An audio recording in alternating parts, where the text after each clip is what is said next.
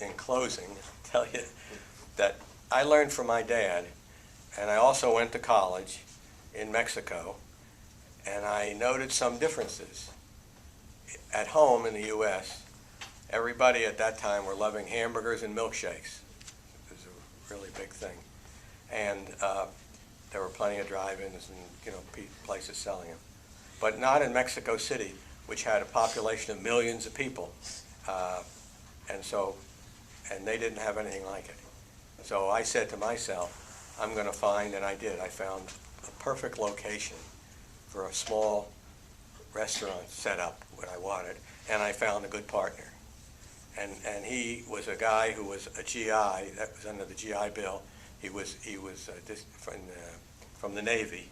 He was a cook, head cook in the Navy on a ship. And he knew a lot about cooking. I didn't know anything about cooking at that time, but I learned fast. That's another thing my dad always told me.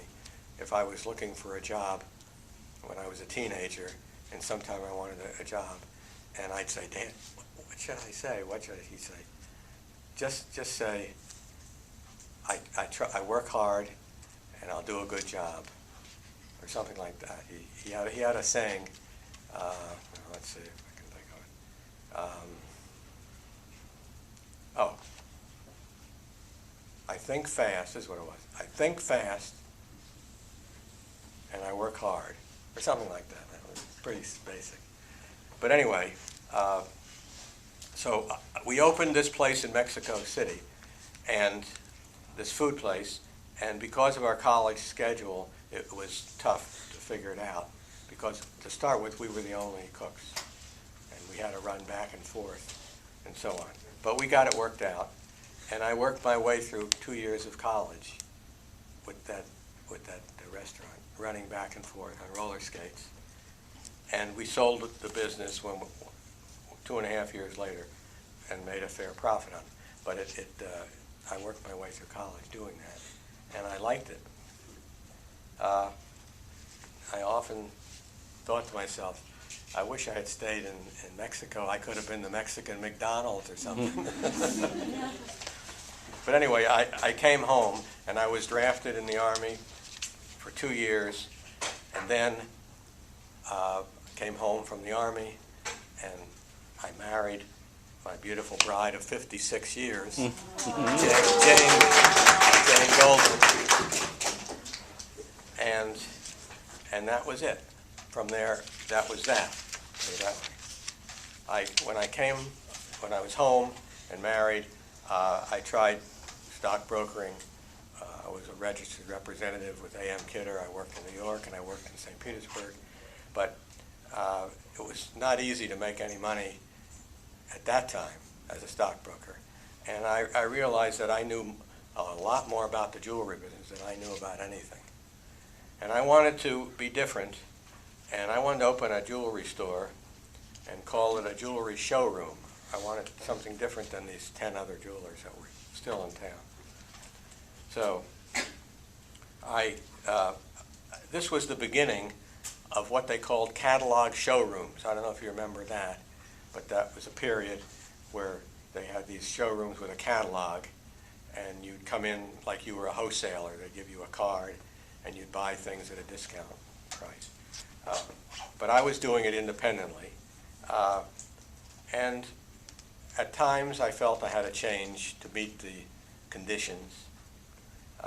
And finally, the business evolved into an estate jewelry center. That's what it evolved to. And it became a five-store operation chain in this area. Clearwater, St. Petersburg, Sarasota, Tampa, and so on. So, after 40 years in business, I retired, and I began a new career as a stone sculptor, of all things. I loved art, but I never took the time to do much about it. But I did know about setting, jewelry and making jewelry and things like that. But I wanted to make big stone things. So I got into that, and it's been a wonderful experience for me and successful. I spent first I studied with a man here in town who was a stone sculptor, and he said, you got some talent, you need to work with some masters. And so I went to Italy, to a town called Pietrasanta, which is where Michelangelo did most of his work. And it's a town, wonderful town in Tuscany. And it's all dedicated to stone sculpting. Everything in there is about stone sculpting. And I went there, and I was introduced to a stone master. I worked with him for one summer, and he asked me to come back, and I worked another summer with him. And this happened for 5 summers in a row. I worked with master sculptors in Italy, and I learned a lot. And came home, and it's been great for me. I've been in a lot of jewelry shows. No, art shows. Oh, jewelry shows, art shows, right? Thanks, Dave. Art shows. Yeah, I've been in a lot of art shows in the area and other places, and I've sold pieces, and people like what they see, and just to show you that I'm an entrepreneur. What kind of stone do you like working with? I'm glad you asked that. I like marble. Most stone sculptors like marble because it's a hard stone, harder than alabaster or some of them, and not as hard as granite. But the nice thing about, and the reason Michelangelo and those people use marble mostly, is because when you hit it very hard, like you have a tool, a hand tool, or you have a pneumatic, automatic tool, and there's a lot of boom, boom, boom, boom like this. When you hit it with most stones, you have to be real careful that you don't crack the stone.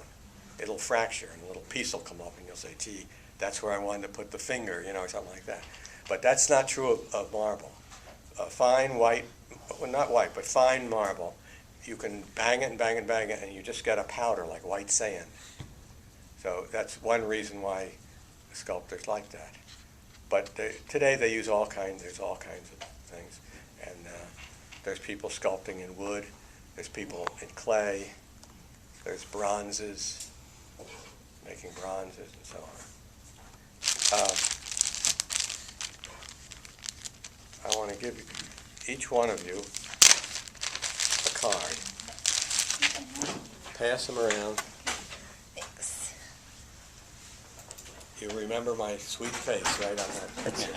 Oh, it's Mr. Silverberg In Italy. That's me in Italy. in the Carrera Mountains right outside of Pietrasanta, the town, where Michelangelo got most of his marble, and they still excavate it. Where they quarry. They quarry it, but because they were losing the mountains, the tops getting lower and lower and lower, what they do now is they go under the ground and they're blowing up underneath the mountain, which is much more complicated.